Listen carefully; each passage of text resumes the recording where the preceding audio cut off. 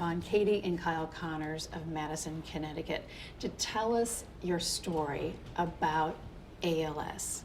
You were diagnosed, and first of all, we should say you're the picture of health. You're perfectly, you've got 2 children, everything is going great. What happens in 2013, Kyle? I injured my back exercising, and I had let that injury heal. I went through rehab, and the following year I had another back injury. And it was around that time that some of my family had noticed that my speech was a little slurred. But you didn't notice anything, and you didn't notice anything with your No. husband? Because you're both workout guys Yeah. and very young, so you didn't think that something was off? No, and I went to a neurosurgeon. A friend of ours got us an appointment with him, and during their exam, they were initially checking for a pinched nerve or something going on, and they actually noticed in my hands the muscle wasting right in between my thumb and forefinger, and I knew a little bit about ALS at the time, and I knew that that was one of the symptoms. And I remember texting Katie, what if I have ALS? And we met with my primary care doctor, and he thought, based upon some of my symptoms and what the neurosurgeon saw, that they thought I might have ALS. Katie, so in your wildest imagination, did you think that he would have such a debilitating disease? Tell me about that day that you found out about it. At the doctor's office, I said, no, this is a coincidence. He hurt his back at the gym. You're wrong. I was angry, very angry, and didn't believe it. Didn't believe it for quite a while. Did you even know what ALS was? From the Ice Bucket Challenge, I think we all had a little bit of an idea, but we had done the Ice Bucket Challenge in support of that, and then a month later, here we were hearing those same words to us. What did you do first? How did you mobilize? You took it in. You're angry. You're a young married couple with 2 kids, seemingly very healthy, and all of a sudden, this falls out of the sky. What do you do first? I think we talked with our family and tried to get second and third opinions, and it's not a disease that you can pinpoint very easily. So you go to second and third opinions, and you keep trying to understand if this is reality. Yeah, and there were a lot of tests. Down at Yale, I was seeing Dr. Bebar Kokar, and we did blood work they want to rule out things first, and then we ended up having an EMG, which they essentially, it's kind of like an amp, a musical amp, and they put a needle in the muscle, and they can amplify the contractions that your muscles have.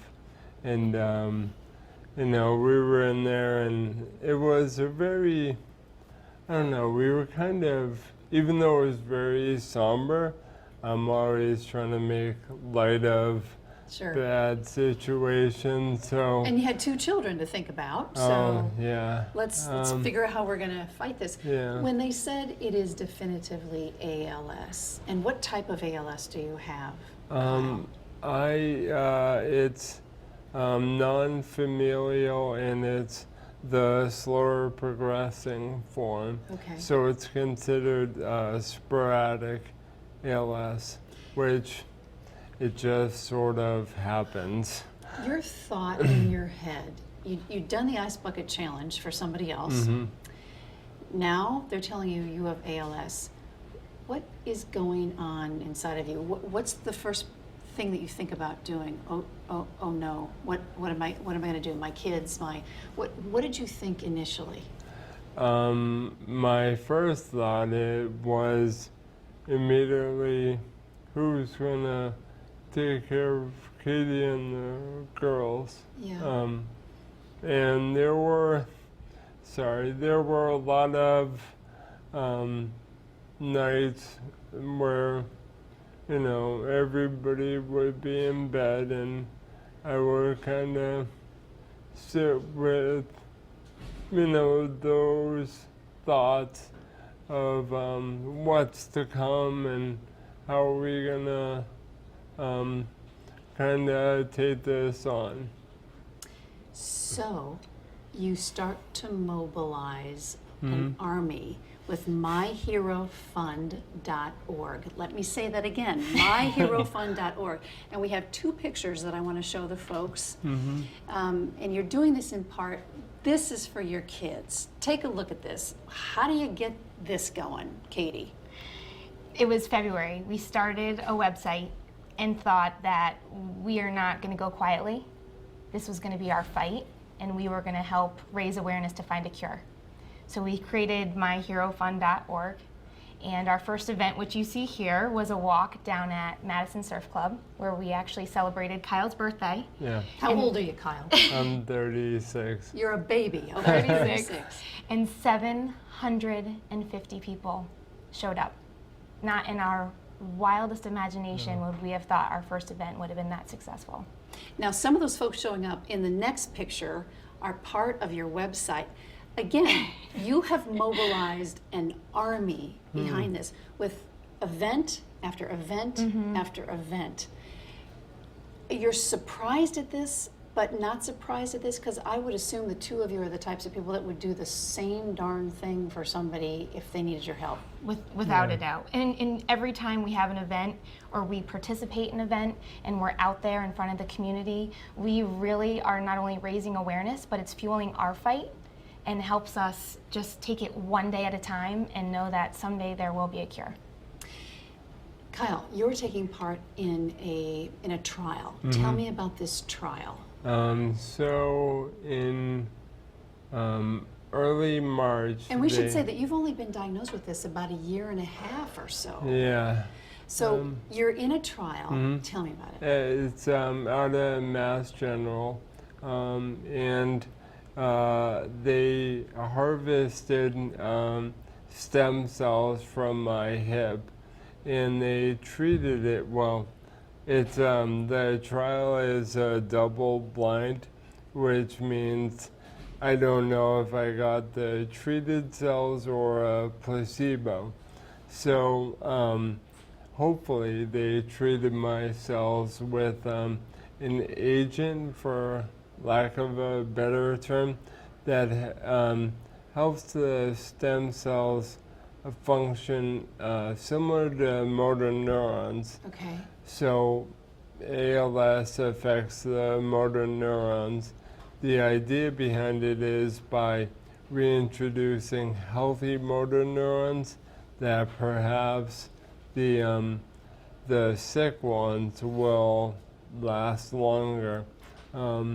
So in April, I went back and they did the transplant into my spine, and it was into the spinal column and into my right arm.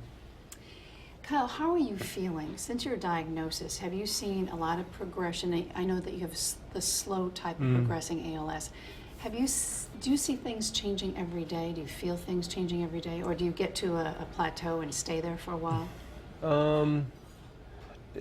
It depends on the day. There are days where my speech is better and moving around better, and then there are some days, whether I'm tired or maybe the weather is affecting it, I might be more symptomatic. It's been a gradual progression, but you know, there's not that new thing every day. I see. Yeah. Tell me about you guys as a couple. How did you meet? You're from Massachusetts, you're from Connecticut. Tell me about who you guys are as a couple. We So- met at our first job out of college, and we lived in Boston. And we were saying earlier, my ultimate goal was to come back to Connecticut. So we spent several years in Boston working together, loved the city, enjoyed life, young. And then when we had our children, we moved back to be closer to family. Yeah. So. How is this? Katie, Go ahead. Yeah, Katie was pregnant with our oldest, Emma, when we moved back. And that was the reason to come back, because it was important to raise our kids in this area. And look at the support you're getting with myherofund.org. Am I saying that enough? Yeah. What's coming down the pike with this website, with these events? Are the medical costs astronomical already? Are they headed in that direction? They're definitely headed in that direction. We're right now looking to make alterations to our house that are handicap accessible. First floor bedroom, handicap bathroom, ramps, opening up doorways. So that takes a lot of effort, and we need to do that by the fall. We think that it's progressing enough to do that now. Have you found any, and I can't imagine what the two of you are going through, but have you found some strengths you didn't even know that you had in this predicament, if we can call it that?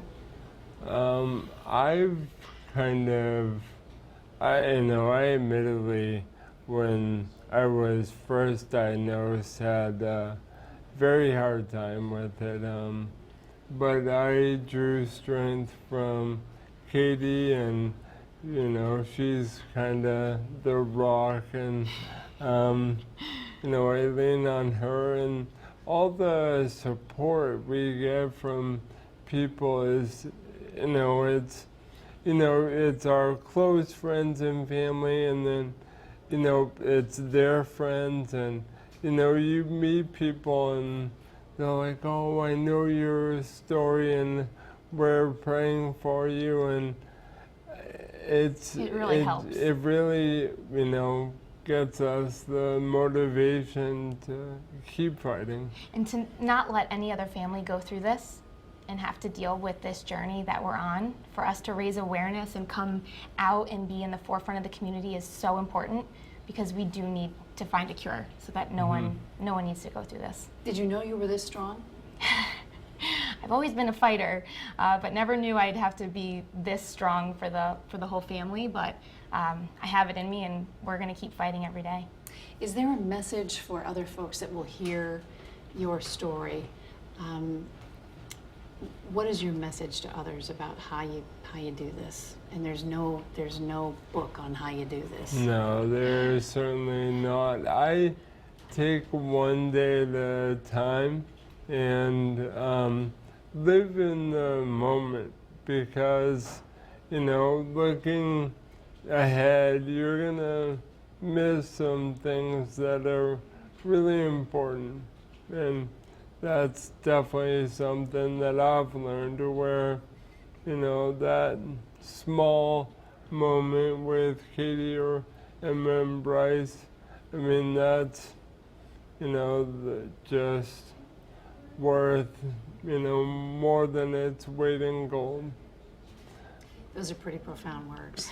Kyle and Katie, thank you so much for coming on and showing your bravery to other folks. Thank you for having us. Thank you for having us.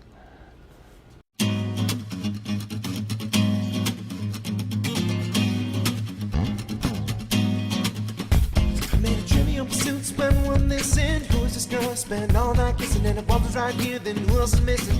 Got a little sidetracked to find my solution. I find the keys to the door, but it's also a metaphor.